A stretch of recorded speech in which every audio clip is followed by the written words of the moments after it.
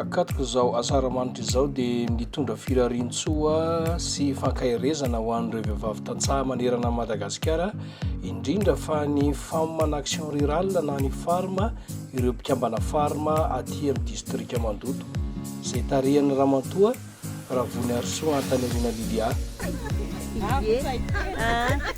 Amin'izao fahavitan'ny Noely sy fahatratrarana amin'ny taona vaovao izao dia faly miarahaba ny Farma rehetra zany a, indrindra ny aty amin'ny faritra misy anay atao amin'ny commune Betsoana sy ny Farma any Mandoto ary ny Farma rehetra manerana Madagasikara.